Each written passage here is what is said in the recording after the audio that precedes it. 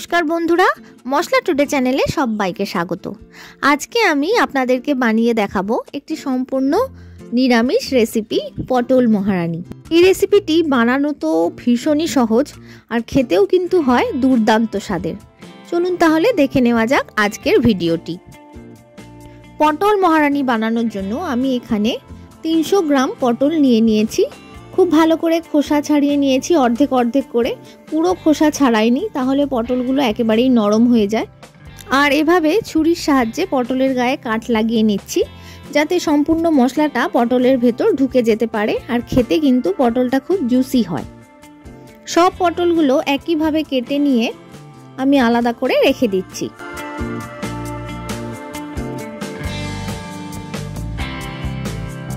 এবার কড়াই গরম করে কড়াইয়ের মধ্যে 3 টেবিল চামচ সরষের তেল দিয়ে গরম করে নিচ্ছি।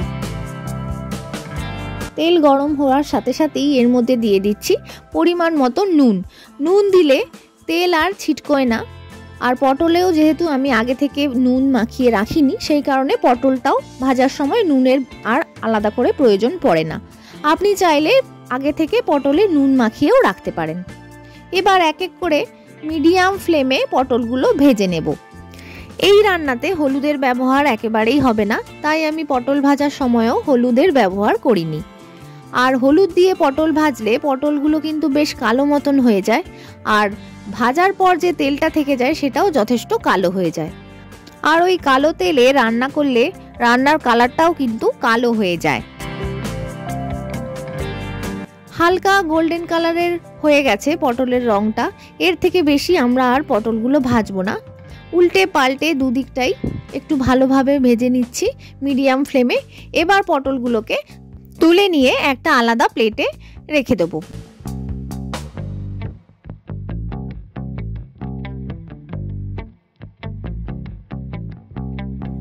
এবার ফ্রাই প্যানে আমি একটা ভাজা মশলা বানিয়ে নেব। তার জন্য দিয়ে দিচ্ছি 1.5 চা চামচ পরিমাণে গোটা ধনে, 1 চা চামচ পরিমাণে গোটা জিরে, আর দিয়ে দিচ্ছি 1/2 চা চামচ পরিমাণে গোটা মৌরি। মৌরির পরিমাণটা ধনে আর জিরের থেকে একটু কম রাখবেন। আর দিয়ে দেবো এর মধ্যে কিছু গোটা গরম মশলা। দিয়ে দিচ্ছি 3 থেকে 4টে লবঙ্গ, 3টে ছোট এলাচ আর 2টো দারচিনি স্টিক। গ্যাসের ফ্লেমটা লোতে রেখে ড্রাই রোস্ট করে নিচ্ছি। খুব ভালোভাবে লাল করে ভাজার প্রয়োজন নেই, শুধুমাত্র একটা সুন্দর গন্ধ ছাড়লেই গ্যাসের ফ্লেম অফ করে দিয়ে এটা ঠান্ডা করে নেব। এবার একটা মিক্সিং জারে দিয়ে দিচ্ছি 8 থেকে 10টা পরিমাণে আমন্ড। খুব ভালোভাবে গ্রাইন্ড করে নিচ্ছি। দেখুন একদম মিহিভাবে পেস্ট হয়ে গেছে। এর মধ্যে দিয়ে দেবো 2 টেবিল চামচ পরিমাণে টক দই। আপনাদের কাছে আমন্ড না থাকলে আপনারা চিনে বাদাম বা কাজু বাদামও ব্যবহার করতে পারেন। এবার এর মধ্যে দিয়ে দিলাম 1 চা চামচ পরিমাণে কাশ্মীরি লঙ্কার গুঁড়ো, দিয়ে দিচ্ছি 2 টুকরো আদা, আর দিয়ে দেবো 3টে কাঁচা লঙ্কা। ঝালের পরিমাণটা আপনারা আপনাদের স্বাদ মতন ব্যবহার করে নেবেন। সব কিছু দিয়ে খুব ভালোভাবে একটা মিহি পেস্ট বানিয়ে নিচ্ছি। এবার এই গ্রেভিটা আমরা বাকি তেলের মধ্যে দিয়ে দিচ্ছি। গ্যাসের ফ্লেম এই সময় অবশ্যই লোতে রাখবেন। যদি মনে হয় তাহলে গ্যাসের ফ্লেম বন্ধও করে দিতে পারেন। যেহেতু আমরা টক দই ব্যবহার করেছি, তাই গ্যাসের ফ্লেম যদি হাইতে থাকে তাহলে কিন্তু মশলাটা ছানা কাটার মতন ছেড়ে ছেড়ে যেতে পারে বা দইটা কেটে যেতে পারে। এবার এর মধ্যে ভেজে রাখা পটলগুলো দিয়ে দিচ্ছি। ভেজে রাখা পটলগুলো দিয়ে খুব ভালোভাবে কষিয়ে নিচ্ছি। এবার এর মধ্যে দিয়ে দেবো স্বাদ মতন নুন আর চিনি। যেহেতু নিরামিষ রান্না, তাই চিনিটা দিলে কিন্তু টেস্টটা খুবই ভালো হয়, আর এটা এমনিও একটু মিষ্টি মিষ্টি রেসিপি, তাই চিনিটা অবশ্যই আপনারা দেবেন। দেখতেই পাচ্ছেন রান্না থেকে কিন্তু অনেকটা পরিমাণেই তেল ছেড়ে গেছে। এবার এর মধ্যে দিয়ে দিচ্ছি 1/4 কাপ হালকা গরম দুধ।